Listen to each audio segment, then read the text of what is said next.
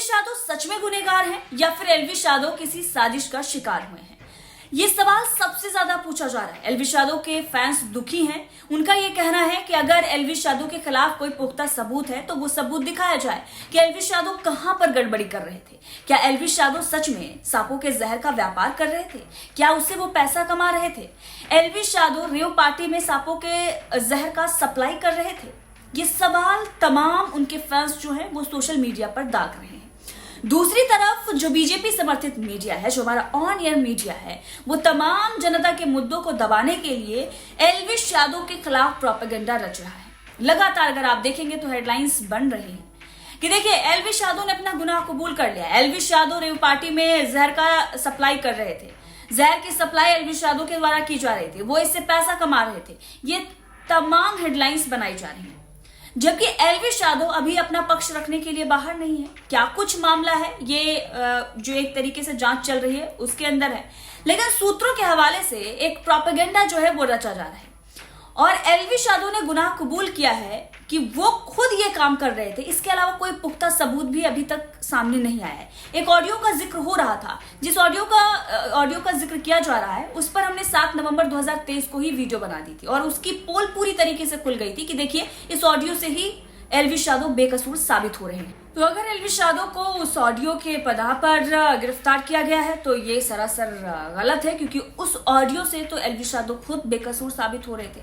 अब शासन प्रशासन व्यवस्था कैसे काम करती है ये किसी से छिपा नहीं हुआ है। शाहरुख खान के बेटे को भी गिरफ्तार किया गया और जैसे शाहरुख खान ने बीजेपी के सामने एक तरीके से अपनी भक्ति दिखाई और वो मोदी के सामने नतमस्तक हुए, पूरा मामला क्लोज कर दिया जाता है और ऑफिसर जो इस पूरे मामले में कार्रवाई करते हैं उनके खिलाफ ही प्रोपेगेंडा चला दिया जाता है। अब देश में इलेक्शन है, कुछ भी हो सकता है। अब इलेक्शन से पहले कई सारे मुद्दे जो हैं वो सोशल मीडिया और मीडिया में चर्चा का विषय बने हुए हैं। हालांकि जो मेन स्ट्रीम मीडिया है, so called main stream media, वो उन मुद्दों को उठा नहीं रहा है। चुनावी चंदा योजना जो है, चुनावी बॉन्ड योजना जो है, उसको लेकर जिस तरीके से चर्चाएं चल रही थी और तमाम सवाल जो बीजेपी से पूछे जा रहे थे, उसे दबाने के लिए क्या एलविश यादव को गिरफ्तार तो नहीं किया गया? ये सवाल इसलिए खड़ा हो रहा है क्योंकि अभी तक कोई पुख्ता सबूत एलविश यादव को लेकर सामने नहीं आए हैं।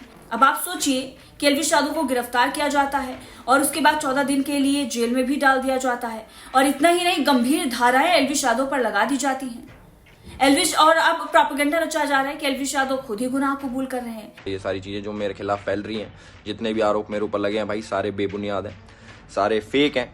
1% भी इनमें सच्चाई नहीं है। मैं पूरा सहयोग करने के लिए तैयार हूँ यूपी पुलिस के साथ और मैं रिक्वेस्ट करूंगा यूपी पुलिस को, पूरे प्रशासन को, माननीय मुख्यमंत्री जी योगी आदित्यनाथ जी को, कि मेरी 1% भी 0.1% भी अगर इस चीज़ में इन्वॉल्वमेंट मिल जाती है, मैं सारी जिम्मेदारी लेने को तैयार हूँ। अब इसी को लेकर बताया जा रहा था कि एलविश यादव तो जांच में सहयोग कर रहे थे। सीएम योगी आदित्यनाथ से भी उन्होंने गुहार लगाई थी कि इस पूरे मामले में दूध का दूध और पानी का पानी होना चाहिए। अगर एलविश यादव ने कुछ गलत किया था तो फिर वो सीएम योगी आदित्यनाथ से गुहार क्यों लगा रहे थे? हालांकि एलविश यादव बीजेपी के सपोर्टर रहे हैं। उन्होंने उत्तर प्रदेश के विधानसभा चुनाव से पहले बीजेपी का समर्थन भी किया था और जब उत्तर प्रदेश में सीएम योगी आदित्यनाथ आए, जब योगी आदित्यनाथ की सरकार बनी, उसके बाद एलविश यादव ने ट्वीट भी किया था जो कि वायरल हो रहा है वो ट्वीट।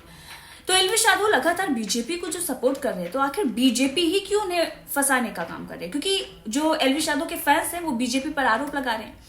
तो समझिए ये खेल जो है वो राजनीति का खेल है और ये खेल सबसे गंदा खेल है। तो कुछ भी हो सकता है। हालांकि अभी बीजेपी ने ही फंसाया, इसके पुख्ता सबूत जो हैं वो नहीं नजर आए, तो बिना पुख्ता सबूत के किसी भी तरीके से कोई बातचीत करना उचित नहीं होगा।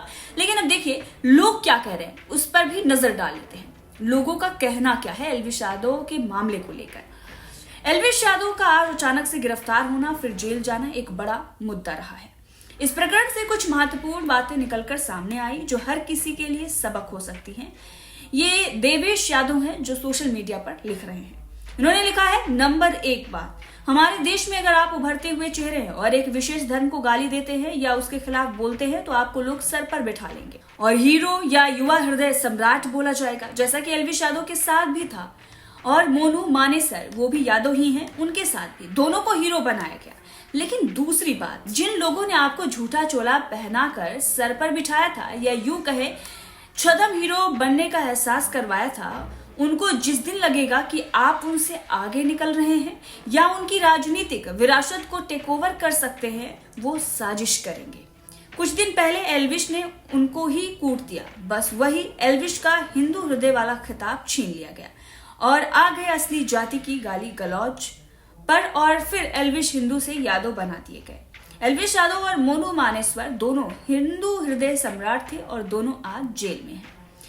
सबक उन सबके लिए है जो SC ST OBC से आते हैं। और अगर आप धन का ठेका लेकर घूमेंगे तो आपका सिर्फ इस्तेमाल होगा और सही वक्त पर जेल भेज दिया जाएगा। कहानी खत्म। इतना ही नहीं है, अब आप देखिए, एक हैं बीजेपी सपोर्टर हैं, बीजेपी के समर्थक हैं, उन्होंने खुद ये ट्वीट किया है कि एल्विश यादव ने सांपों का जहर मंगवाने की बात स्वीकारी है। एल्विश यादव अरेस्टेड। अब आप समझ रहे हैं कि तार कहां से जुड़ रहे हैं। वहीं चंदन नाम के एक व्यक्ति हैं, वो भी सोशल मीडिया पर लिखते हैं कि आप ठाकुर ब्राह्मण नहीं हैं तो भूल कर भी हिंदुत्व के नाम पर गुंडागर्दी मत करिए, वरना आपका हाल एल्विश यादव की तरह होगा। आप चाहे जितने भी बड़े हिंदुत्व आइकॉन बने, मनुवादी मौका देखते ही आपको कल्याण सिंह, एल्विश यादव, गोविंदाचार्य, उमा भारती, बंगारू लक्ष्मण की तरह निपटा देंगे। शिवम यादव नाम के व्यक्ति हैं, उन्होंने भी लिखा कि एल्विश यादव भूल गए थे कि उनके सरनेम में यादव लगा था। एल्विश यादव को जेल भेज दिया गया है। वहीं यादव ऑफ इंडिया ये लिखता है कि एल्विश यादव के एक थप्पड़ कांड ने अंबानी की करोड़ों की शादी की खबर दबा दी। एल्विश की कल हुई गिरफ्तारी ने इलेक्टोरल बॉन्ड की खबर दबा दी। एल्विश ना इब समझ जाना चाहिए कि उसका इस्तेमाल किस तरह से राजनीति में हो रहा है। खैर, अपना तो कौम का भाई है, सुख दुख भाई के साथ खड़े हैं। अब आप देखिए, ये जो ट्वीट्स आ रहे हैं इनका मतलब क्या है, इशारा क्या है, ये आप समझिए। एक और है रिस्की यादव, वो लिख रहे हैं कि मोनू मानेसर यादव कट्टर सनातनी था, आज जेल में है। एल्विश यादव ने उसकी गिरफ्तारी से सबक नहीं लिया होता तो आज वो जेल नहीं बेल पर होता। यूपी बिहार के यादव ने समझाया था, नहीं माना। उम्मीद करते हैं अब सुधर जाएगा। अब देखिए, तमाम तरह के ट्वीट हैं। इन ट्वीट्स के से कुछ लेना देना नहीं है, हालांकि सब लोग अपने एजेंडे के तहत ट्वीट कर रहे हैं कि किस तरीके से क्या चीजें हैं, लेकिन किसी जाति को लेकर यहाँ पर हम बात नहीं कर सकते कि ठाकुर या ब्राह्मण या यादव होने की वजह से। वजह राजनीतिक है और वजह जो है वो बहुत बड़ी वजह है। हालांकि जो चीजें चल रही हैं, कुछ दिन में आपको भी समझ में आ जाएगा कि क्या वजह रही है जिसकी वजह से एल्विश यादव को जेल में डाला गया।